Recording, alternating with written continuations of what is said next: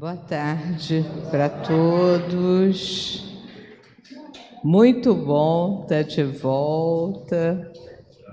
Muito bom vê-los outra vez aqui, reunidos, estudando o Evangelho.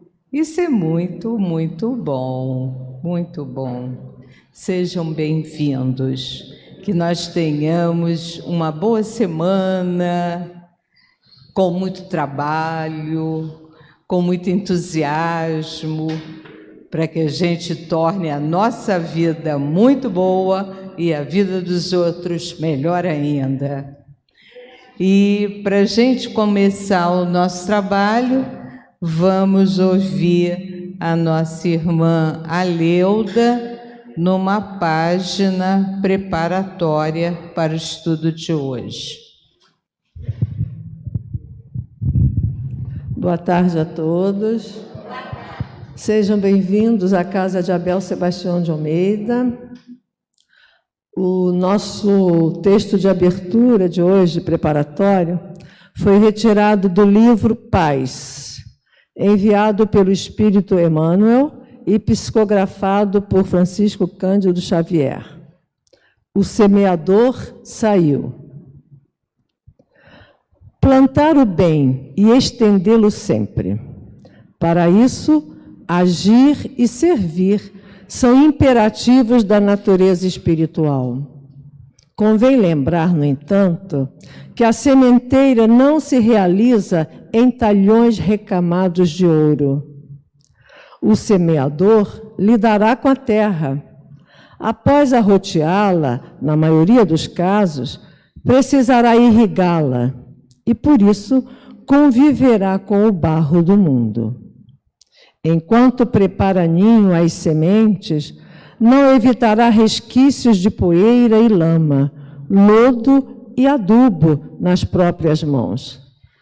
Aguardará com interesse a germinação das esperanças que se lhe consubstanciam nas plantas nascentes. E, em seguida, os cuidados se lhe redobram.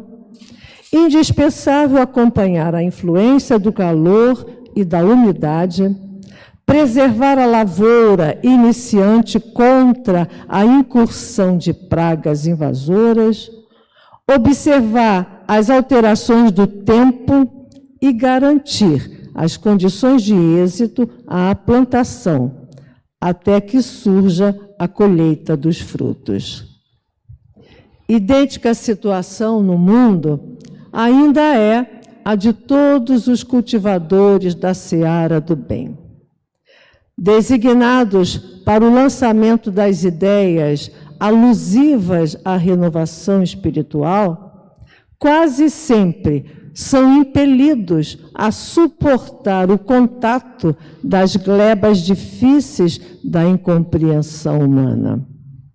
Não encontram caminhos aplainados para a comunicação com os padrões pré-estabelecidos da cultura terrestre e frequentemente se obrigam a tolerar obstáculos e reações negativas. Servirão com devotamento às ideias novas.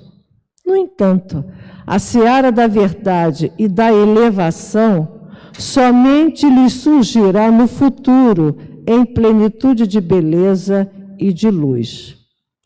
Assevera-nos Jesus, o Cristo de Deus, e o semeador saiu a semear. Isso equivale a dizer que o semeador saiu de si mesmo a desvencilhar-se de todas as concepções de separatividade e egoísmo, a fim de auxiliar e compreender, trabalhar e servir, amar e tolerar, com esquecimento de si mesmo para a vitória do bem. Bom estudo para todos nós. Lembrando sempre que essa leitura inicial nos prepara para o tratamento fluídico, para a inoculação de remédios, de calmantes, enquanto ouvimos o estudo que a nossa irmã Sônia fará do capítulo 17, O Homem no Mundo. Então, peço atenção ao estudo e preparação para receber toda essa medicação que cada um de nós necessita nesse momento.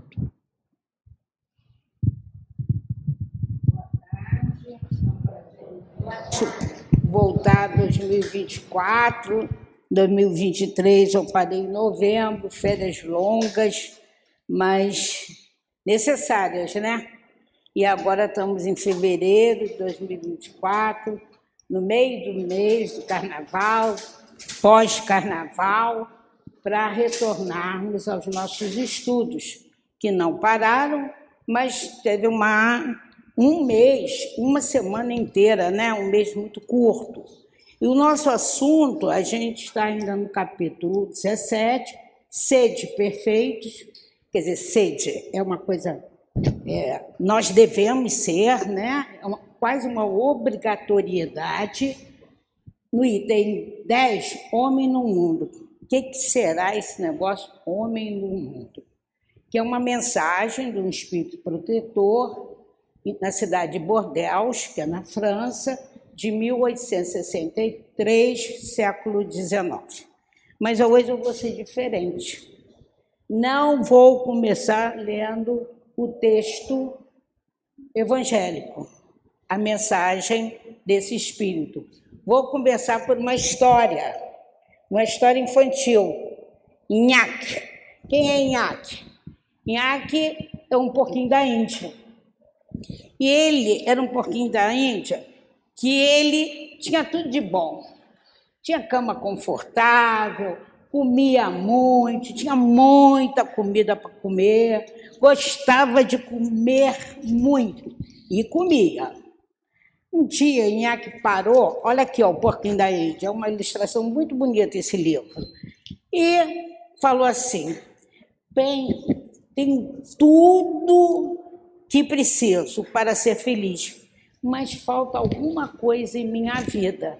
Ele comia, tinha cama, morava num lugar seguro, mas não estava feliz. Aí, nesse meio quem aparece para conversar com ele? Um rato. E só ele aparece o rato, eles se encontram e o rato estava faminto. Tinha muita fome. O nome dele é Coalho. E perguntou. E o Nhaque disse: eu tomo café da manhã, eu almoço, eu janto, eu tenho ceia. Nossa, você come tudo isto? Ele falou: sim. E você? Eu não tenho comida. Eu vivo atrás de comida.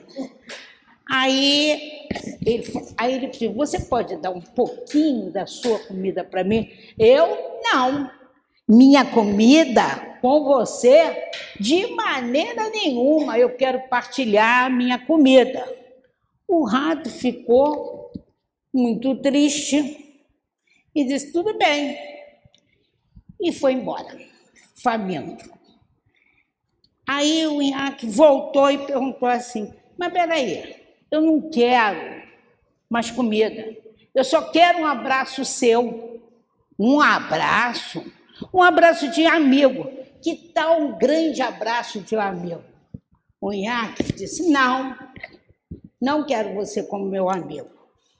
Aí ele falou: não preciso de abraço. Eu não vou dividir a minha comida com você.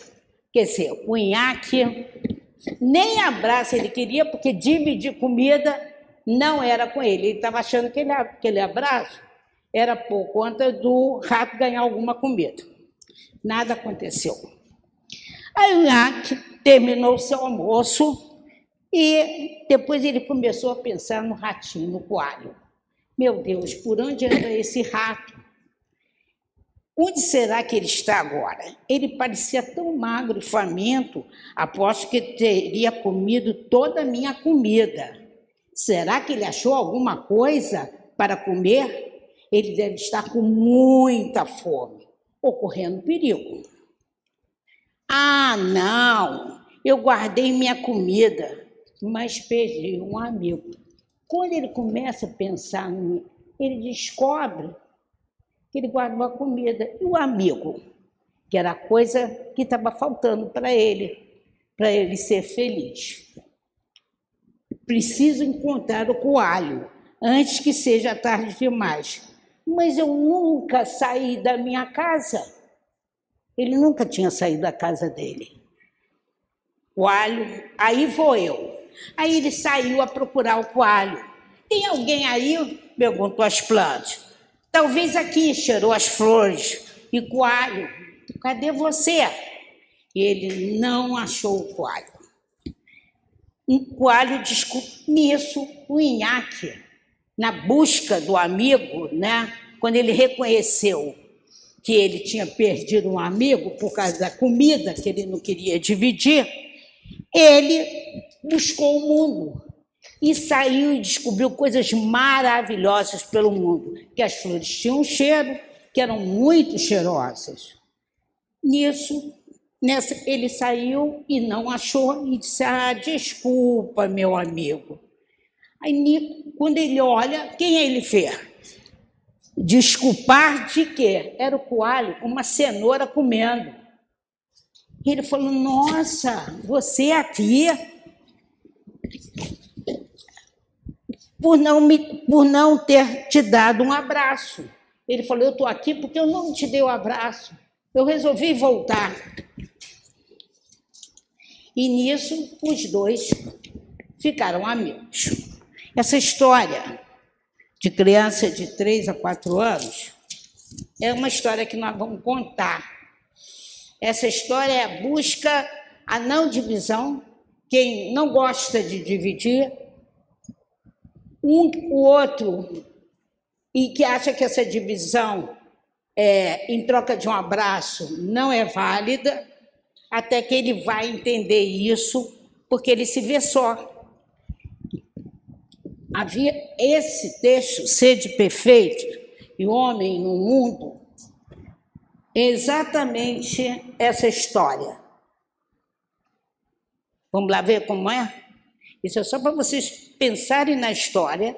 Tem um dado objetivo para colocar uma palestra que vai falar do homem no mundo. O que é isto? Primeiro, nós vamos falar do objeto. Eu fiz um roteiro para ver se no ano de 2024 eu consigo fazer a palestra em 40 minutos. Vamos ver hoje, vamos apostar hoje. Objeto do capítulo 17, Sede Perfeito. Eu vou fazer a leitura do texto psicografado, depois o nosso objeto da mensagem, que é a situação histórica. Eu vou situar o texto na situação histórica do século XIX e vamos falar da perfeição e insulamento. O que é insulamento? É isolamento. Vamos chegar lá? Pode virar, por favor. Olha, o objetivo, a gente sempre tem que falar do objetivo do capítulo. Qual é o objetivo desse capítulo? É a necessidade de buscar a perfeição espiritual, isto é, amar os nossos inimigos, que é fazer ao bem os que nos odeiam ou prejudicam, é orar pelo que nos persegue. É isso aí. É o Inhaque que achava que o rato ia comer, era um mal para ele. Então, sede perfeito é nós nos aperfeiçoarmos, buscar a nossa perfeição. Mas como você bota logo como busca dessa perfeição, amar os nossos inimigos? Claro, perfeição é perfeição, né? Enquanto eu amo só o meu filhote, o meu marido, a minha casa, Ah, isso é fácil. Poxa, isso é normal. Mas amar, gostar daquele meu chefe que todos os dias cria caso. Gostar de um rato que quer comer a minha comida. Como pode? Isso é muito complicado. Amar um marido que muitas vezes quis me bater. Como? Eu tenho uma raiva danada dele, quero matar ele também. É aí a nossa dificuldade. Essa dificuldade tem atrás disso o nosso perdão, né? A nossa benevolência, a nossa resignação. E existe um pensamento bem lá atrás. E nós? Será que fomos inimigo desse nosso inimigo atual? Quem fomos nós em outras vidas? E se a gente não quiser pensar, mas Sônia, eu não entendo, eu não quero saber que eu vou ter outra vida. Quem é você? Você é perfeito? Você é bonzinho? Você é benevolente? Você abre o seu coração para todos? Quem é você? Nós todos temos em comum, graças a Deus, porque para nós nos suportar, somos egoístas e vaidosos, muito orgulhosos. Isso porque graças a Deus, né? Porque eu reconheço isso no outro. Eu nunca eu reconheço os meus defeitos em mim mesmo. Porque nós somos tão orgulhosos que é impossível dizer, Sônia, você é metida besta pra caramba. Como que nós vamos dizer isso pra gente mesmo? É doloroso. Então, buscar a perfeição é um dever e um direito.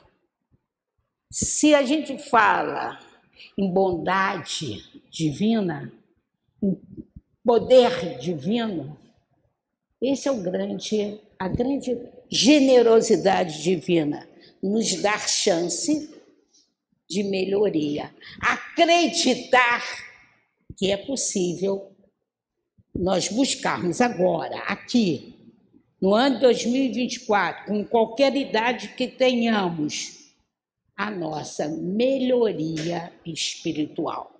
E o que é melhorar espiritualmente, já que o corpo envelhece e fica frágil? Mas o espírito não tem idade, ele não envelhece. Portanto, pode ser buscar a perfeição, desde que eu, apesar de ser muito velho, de ter um corpo já cansado, eu tenha o perdão no coração, eu seja uma pessoa indulgente, eu seja uma pessoa que nunca critica o outro, eu seja uma pessoa humilde, eu seja uma pessoa solícita. Mas eu preciso ter tudo isso? Claro que não, né? Aí eu já queria fazer tudo de uma vez só, não dá tempo. Mas a gente pode buscar nos consertar.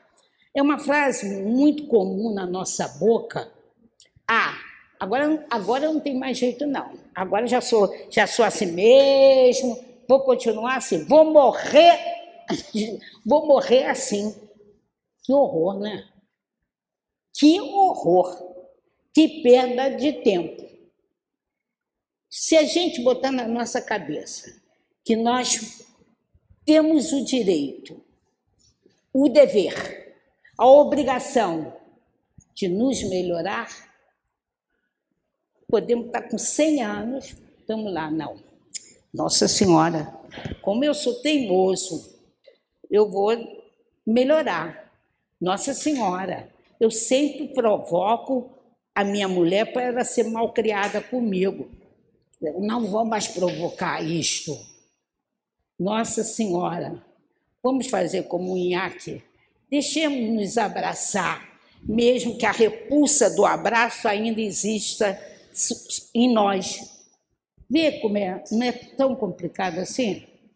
Mas a gente tem que ter dentro da gente uma coisinha que é fraca: vontade.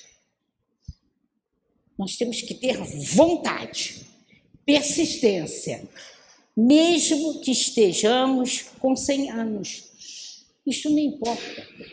O seu espírito é jovem, você deve ter esse dever até o último momento da morte. Quem tem medo da morte, como eu, embora espírita, precisamos nos preparar para essa deixada do corpo, para a vida espiritual, de uma forma digna. E para isso, o que a gente faz?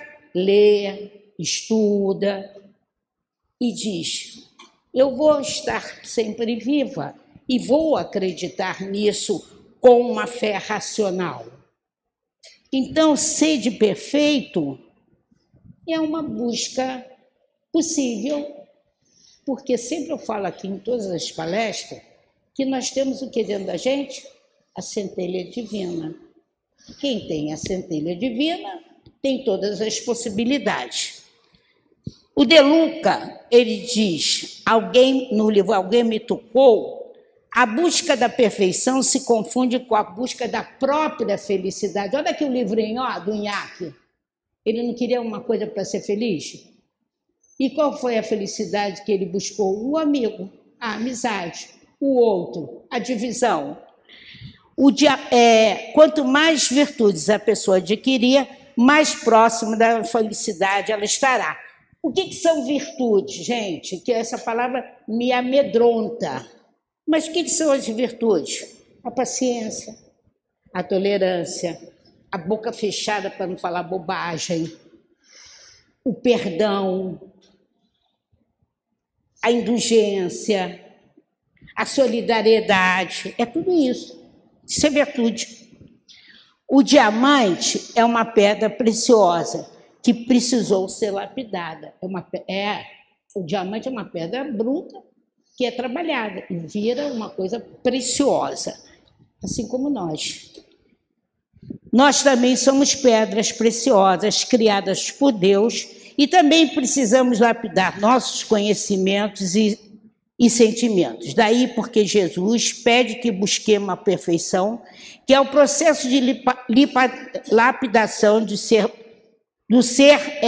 divino, aí a palavra saiu errada, que habita em nós, eliminando, removendo os cascalhos do egoísmo e limpando os detritos da mágoa, da inveja e da sensação de ser vítima do mundo. Quanto mais lapidado, mais nos aproximaremos da nossa essência, que é a luz da emanação de Deus. Este é o caminho da felicidade, aprimoramento íntimo, descoberta das riquezas interiores e expressão da nossa própria luz interior. E a nossa luz interior pode ser só um abraço que eu dê nele e ele diga: nossa, Sônia, seu abraço me fez bem. Isso. É simples, né? É aquele negócio quando a gente saía de casa, pequeno, abençoa mamãe, abençoa papai, vai com Deus. Coisa que foi eliminada. Mas quando eu digo para o meu filho, para o meu amigo, para o meu marido, vai com Deus, olha o meu desejo interior, olha a minha luz interior. Pode passar, por favor. Bem, isso é que eu sei de perfeito, que todos já falaram, a Leuda foi brilhante na fala dela, né? Vamos passar. Agora vamos ao assunto de hoje, que é a mensagem Homem no Mundo. Que a linguagem, gente, é pesada. Mas essa linguagem, ele está se reportando a quê? Qual era o fato histórico do século XIX? No século XIX, o religioso, a religiosa, os padres, as freiras, eles se fechavam em conventos. E tinha a Irmandade Carmelita, que elas não viam a luz do dia. Elas viviam rezando o dia inteiro, viviam ali, tudo chegava através das grades, elas não tinham contato com o mundo, com o externo. Por isso que o homem no mundo, mas o homem no mundo, que mundo é este? O mundo social, o mundo de troca, é como um nhaque. Ele vivia isolado lá, com tudo que ele queria. Quando ele saiu à procura do amigo dele, do rato, ele descobriu que a flor tinha um cheiro maravilhoso. E ele descobriu até que a cenoura aparecia no mundo na casa do rato, que ele achava que era só dele. Então, gente, é o mundo, homem no mundo aí quer dizer homem no mundo isolado. Entenderam? Quando eu li esse título, eu gostei. Homem no mundo é diferente de homem do mundo. Homem no mundo é estar em. Mas que mundo? Um mundo que não é esse mundo das relações, das trocas. Pergunta de vocês para mim. Ô, Sônia, esse tipo de religiosos existe? Existe sim, até hoje. No Rio Grande do Sul, esse grupo de religiosas carmelitas vivem isolados. Qual é o objetivo delas? É da oração, de rezar pelos males do mundo. Podemos fazer algumas considerações? Sim, são pessoas que acreditam que esse isolamento, elas não sejam contaminadas com o mal. Porque, de verdade, né? Por que nós temos tanta dificuldade de buscar a perfeição? Porque, olha o que eu disse lá no início, graças a Deus que nós pertencemos, temos os mesmos defeitos, porque reconhecemos no outro aquilo que eu acho que eu não sou, orgulhosa e vaidosa. Mas a grande prova ou expiação é que o mal fica acima do bem. Quando nós resolvemos, quantas vezes nós falamos, eu hoje vou fazer meu domingo, vou para a campanha do Quila, lá no centro, vou fazer, e a família diz, estavam esperando para você vir almoçar na minha casa, jogar, conversar, e você vai trabalhar. Dá para aqueles pobres sopa? E ainda tem até a questão da contaminação, né? Vai se misturar. Então, nós temos um mundo, por isso que nós estamos sentados hoje aqui, por isso que eu estou aqui hoje, Sueli, todos nós, porque nós reconhecemos que é preciso a gente ter um conhecimento, eu vou falar religioso, muito forte, muito racional, para que a gente diga para o outro, não, eu vou sim dividir, eu vou sim, eu só tenho R$30, eu vou dar 15 e fico só com 15, porque o outro está precisando.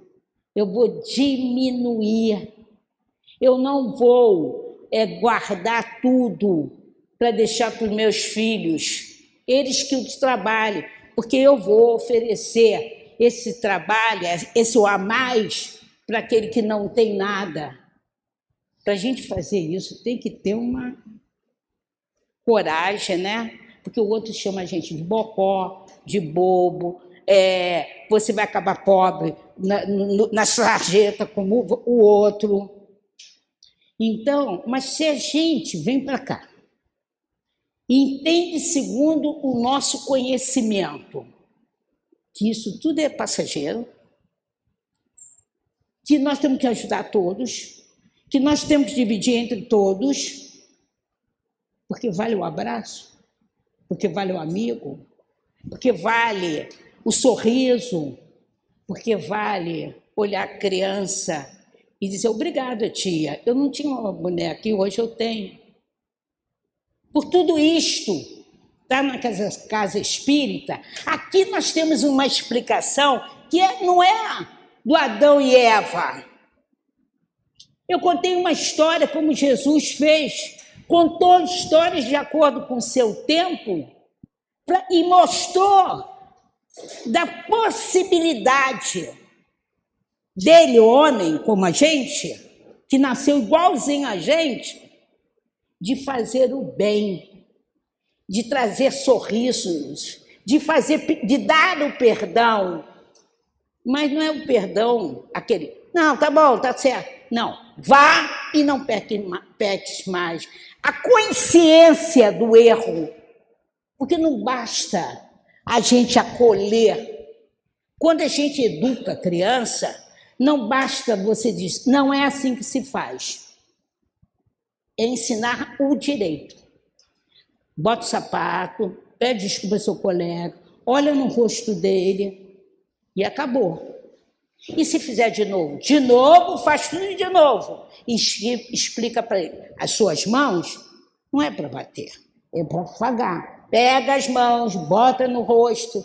Isso é um trabalho de educação e um trabalho que busca a perfeição. Então, mas isso eu preciso estar com o outro. O que esse espírito nos coloca para refletir, muito mais na época dele, muito mais, que a gente não pode sair da sociedade, se isolar, porque o isolamento te faculta estar com pessoas iguais a você, com o mesmo objetivo. Portanto, não tem doente. Lembra que Jesus falou isso? Não tem doente. Mas esse relacionamento nosso, todos estamos doentes. Uns mais, outros menos, e outros até alguns saudáveis. Mas estamos aqui, ó, dizendo, não faz. Pô, não, Sônia, tira isso um pouquinho. Não, eu não vou tirar nada. Não é meu. Nós estamos aqui, ó, no troca-troca. Por vezes, com vontade até de dar um escorregão. Mas a força do conhecimento, do exemplo, nos faz ir para trás. Entenderam o que é homem no mundo? Exatamente isso que eu vou ler para vocês, traduzido, atualizado. Um sentimento de piedade deve sempre animar o coração dos que se reúnem sob as vistas do Senhor e imploram assistência dos bons espíritos. Quer dizer, nós temos que ter sempre um sentimento de piedade. Purificai, pois, os vossos corações, não consintais que nele demore qualquer pensamento mutâneo ou fútil. Isso ele está dizendo, o que a gente tem que fazer para estar todos juntos? Piedade, pensamento higienizado. Elevai o vosso espírito àqueles por que chamais, a fim de que, encontrando em vós as necessárias disposições, possam lançar em profusão a semente que é preciso que germine em vossas almas e dê frutos de justiça e de caridade e justiça. Nós devemos sempre orar para que possamos ter uma colocação espiritual. Os amigos da espiritualidade nos ajudem a ser pessoas justas e caridosas. Não julgueis, todavia, que, exortando-vos incessantemente a prece e a evocação mental, pretendamos vivais uma vida mística que vos conserve fora das leis da sociedade onde estáis condenado a viver. Então, nós, quando nascemos, viemos com um fim, ser cidadãos, homens do mundo, né? No mundo, homens do mundo, que precisamos manter relações. Por quê, gente? Porque nesse movimento de relações que nós estamos espiritualmente nos encontrando. O pai que encontra com seu filho, que um dia o odiou muito. A professora, que foi uma péssima mãe, que aprendeu agora a educar melhor e não tem 2 filhos, tem 500 crianças para educar, 1000. Olha aí. Não vivei como os homens da vossa época, como devem viver, vive os homens da vossa época, como devem viver os homens. Quer dizer, não se isolar, não fique isolado. Vive como o homem da vossa época vivia. Ele está chamando a atenção para isso. Aí vocês vão dizer para mim, ô Sônia, mas é porque naquela época isso era um fato consagrado? Sim. Os católicos, os religiosos, sempre estiveram em torres de marfim, isolados, até porque eram representantes de Deus. É até irônico isso, né? Não viver... sacrificar as necessidades, mesmo as frivolidades do dia, mas sacrificai com sentimentos de pureza que as possa santificar. Sois chamada a estar em contato com os espíritos, olha o que eu falei agora, de naturezas diferentes, de caráteres opostos. Não choqueia nenhum deles com quem estiverdes. Sede joviais, sede ditosos, mas seja a vossa jovialidade a que provém de uma consciência limpa, seja a vossa aventura a do herdeiro do céu, que contos os dias que faltam para entrar na posse da sua herança. E qual é a posse da nossa herança?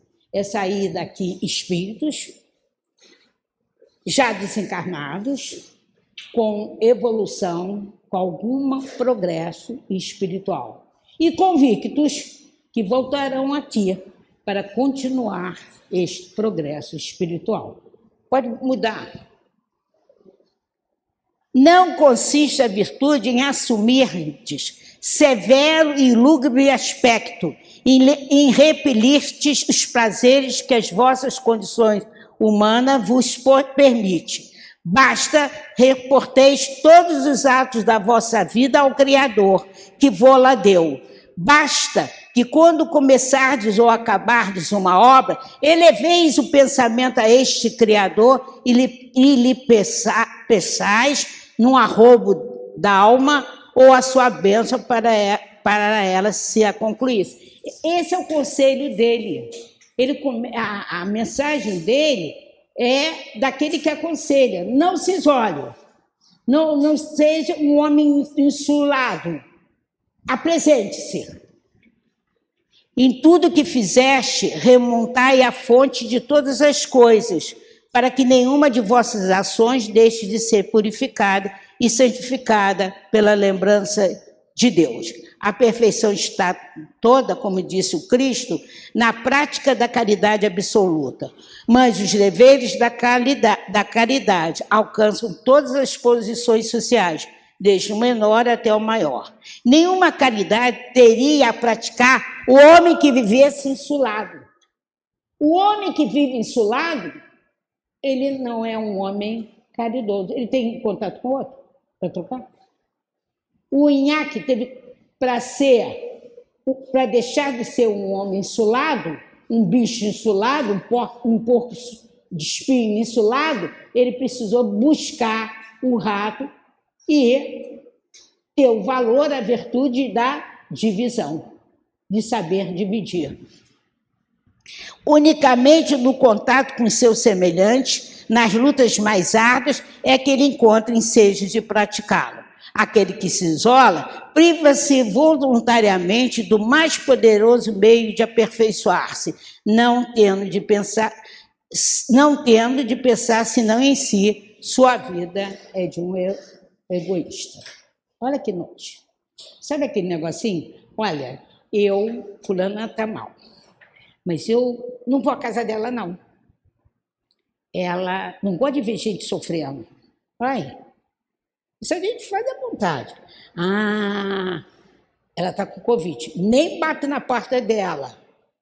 Mas ela não tem nada para comer. Gente, qualquer tipo de isolamento, que já estou falando da gente, que não é nenhum religioso, nem pertence a nenhuma congregação. A congregação a qual nós pertencemos, sabe qual é? Congregação chamada egoística. Porque é essa congregação que faz.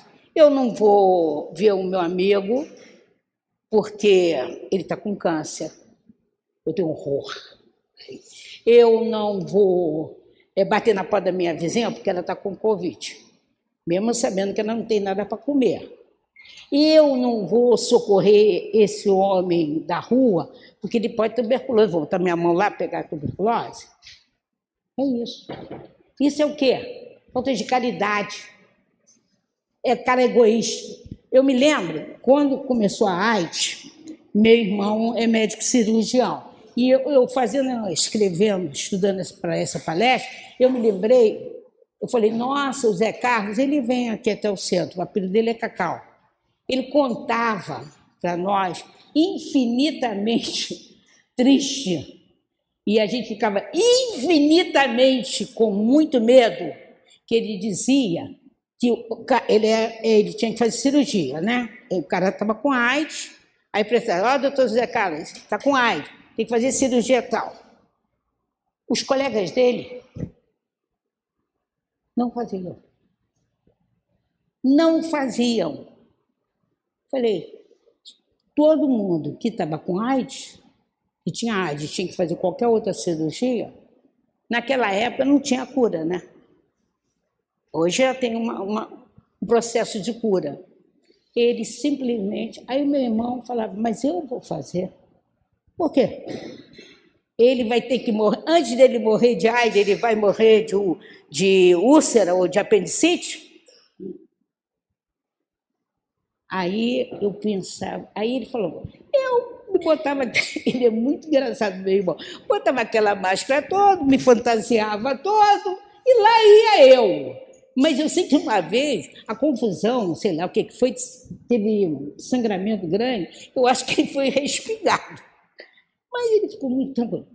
Quando ele me contou isso, fiquei, meu Deus, meu irmão está se arriscando, Jesus. Mas ele estava certo, né, gente? Ele não podia deixar o cara morrer antes que o AIDS o levasse, porque ele precisava fazer uma cirurgia de apendicite ou de outra coisa qualquer na barriga. Não podia. Então, olha como a gente precisa pensar nisso. Aí eu já falei da situação histórica, pode passar. Pode ir. Já falei. Não, eu já falei, mas eu já adiantei isso, já falei. Agora, isso que eu já escrevi, eu já falei. Perfeição versus insulamento. A mensagem adverte sobre o homem que se isola dos outros homens no insulamento. É isolamento a palavra. Aí eu fui, né? Tem que comprovar, né, para vocês, né? Que é verdade, né? Eu não sou a verdade, eu estudo. Aí eu falei, sabe uma coisa? Isso foi ideia do Dionísio. Eu sou uma coladora de palestra. Eu tive Covid agora em janeiro. Aí o que eu fiz? Ouvi todas as palestras que eu tinha direito. Já que eu tinha que ficar em casa, eu ouvi todas. Aí eu fico pegando, né, o gancho de cada um. Né? Eu acho bom, eu vou usar. E o Dionísio, eu percebi, não sei se ele vai concordar comigo quando ele ouvir, que ele confirma, né, o que a gente deve fazer mesmo, as definições que a gente entende e traduz com o Livro dos Espíritos. Claro que eu não perdi, né? Fui lá, abri o Livro dos Espíritos e confirmado, tudo certo, não falei nenhuma bobagem. O que diz? É nas perguntas 767 e 768, eu fui direto. É contrária à lei da natureza, prestem atenção, o insulamento absoluto, resposta dos espíritos. Sem dúvida, pois que, por instinto, os homens buscam a sociedade e todos devem concorrer para o progresso, ajudando-se mutuamente. A lei da natureza é a lei do grupo, do coletivo. Como é que os animais... No outro dia eu vi a tartaruga, nascimento da tartaruga. É um trabalho da natureza e é um trabalho coletivo. Nós nascemos para estarmos em interação. A natureza é isso. A natureza permanentemente se encontra num processo de interação. Os animais, as plantas e nós, o homem, animal racional. Se nós nos... Quer ver uma coisa que aconteceria e que já tem caso nisso já documentado? Se você pegar duas crianças, nasceram, e elas foram isoladas, elas não falaram, não tinha linguagem. Porque, sabe a coisa? Andar, todo mundo anda. Qualquer criança, mesmo isolada, no cativeiro, o que vocês quiserem colocar, ela vai andar. Mas falar é aprendizagem. Eu só falo porque eu vejo o outro falar. Por que a gente sabe que uma criança tem possibilidade ou não de falar? Primeiro, fixação do olhar. Porque eu tenho que fixar o meu olhar no outro para ver o movimento da boca. E quando o autista, como ele não fixa, ele não vê esse processo. Então, a linguagem é um aprendizado social.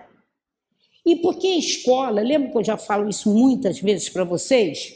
Ela é importantíssima na vida de todos nós, porque o primeiro trabalho, de fato, coletivo, que você sai da família, que é que nos torna egoístas mais do que somos, é a escola. Porque é na hora que o brinquedo não pode pegar e eu quero pegar e eu vou bater. É na hora que a professora diz, não, agora não é o seu lugar na fila, é o José, é a Maria. É na hora que ele vê que tem o outro. E que o espaço dele é ocupado por ele e pelo outro. Então, o trabalho da escola, gente, se fosse bem feito, o que não é no Brasil, infelizmente, por que eles dizem, todos os economistas já têm tese comprovada, diz que a educação é o único fator de evolução do país. É o único, não tem outro. Porque é na educação, é na escola, é através dos educadores, professores, que tem a capacidade desse trabalho coletivo efetivo, produtivo. Por que o Brasil está tão atrasado? Não é conhecimento, gente.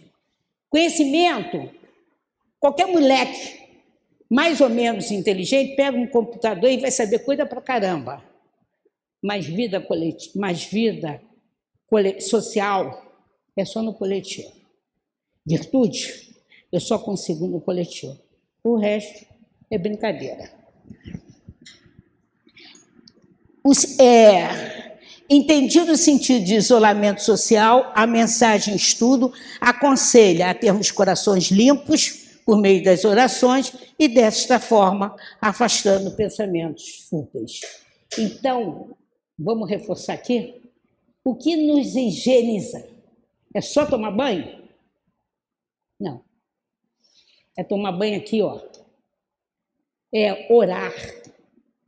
É sair de casa e dizer, Deus te abençoe, meu filho. É sair de casa. Não é fazer Pai Nosso, Ave Maria inteiro. Não é nada disso. Isso é bom. É dizer assim, Senhor, me acompanha.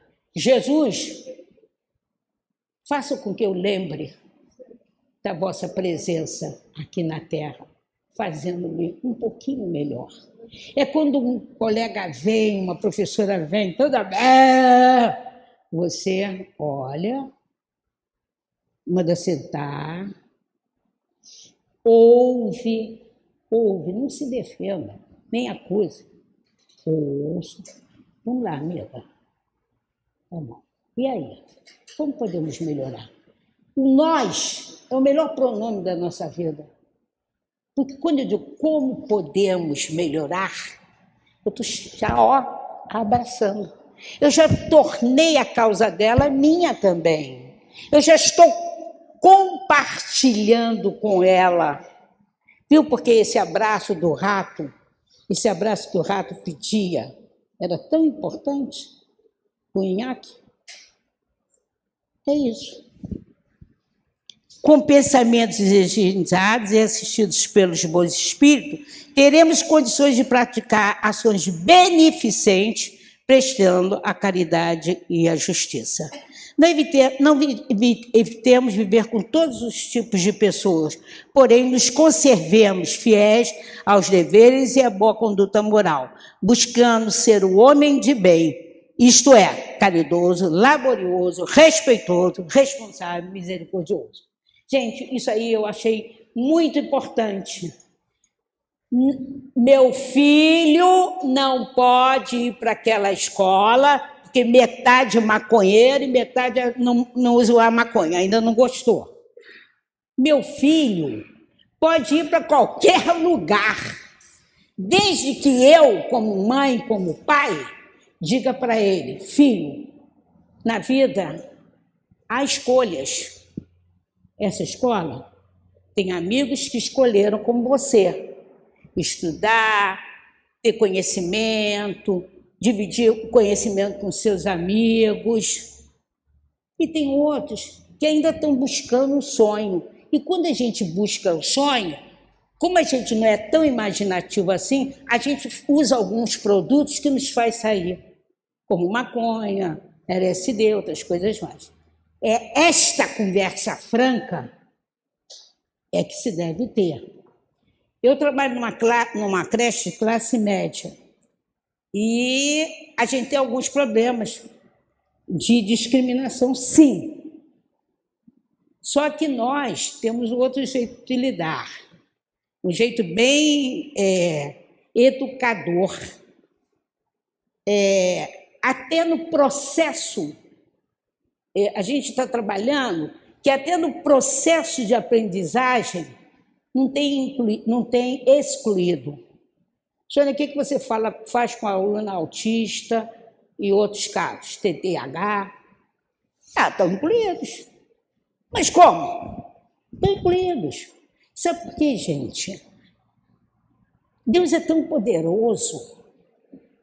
Ele nos dá tanta conhecimento.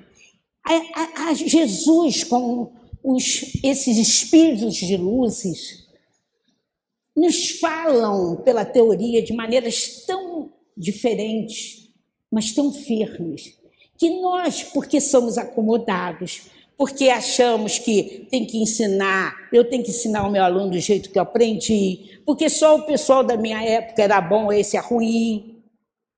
Só que, na minha época, o mundo era preto e branco, o mundo é colorido. Tudo é colorido. Até a gente é colorida. Então, eu não acredito, gente, que se tenha que fazer um esforço para se incluir ao autista, ou TDAH, ou o que seja. Porque todos nós estamos inclusos. Nós já somos inclusos. Porque uns vêm com mais virtudes, outros menos virtudes. E é nessa inclusão com os meus companheiros, que são melhores do que eu, é que eu vejo que eu posso ser melhor.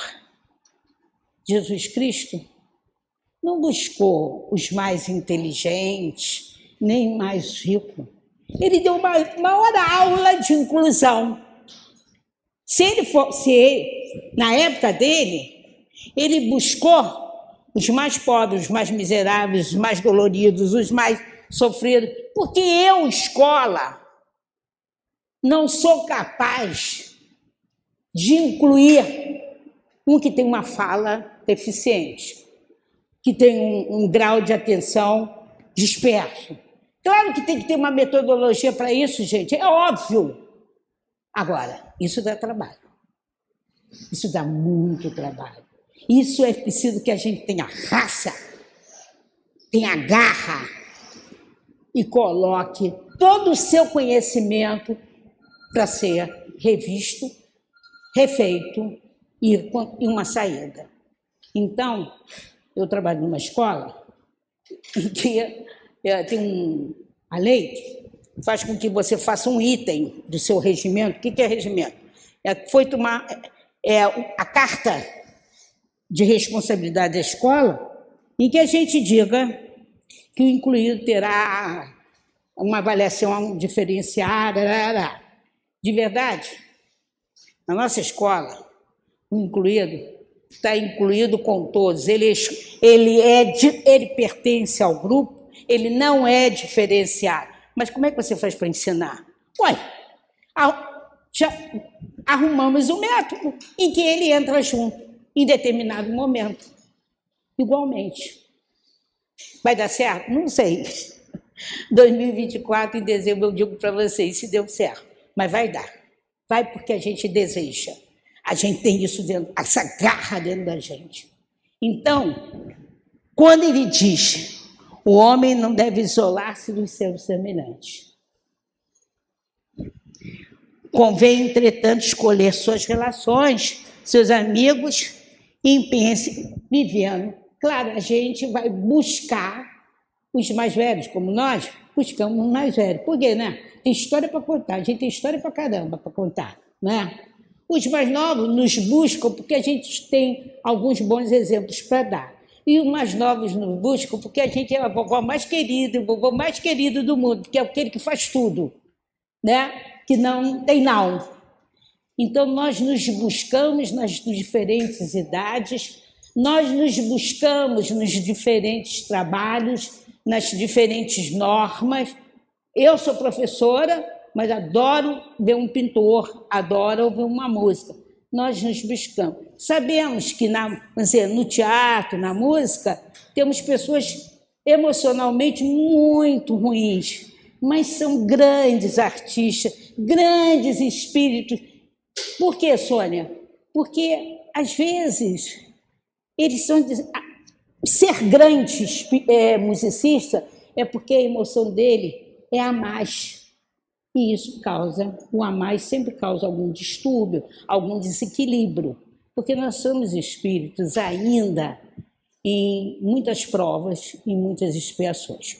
Boa tarde, espero que não ter passado muito dos 40 minutos e bom ano para todos nós. Muito obrigada.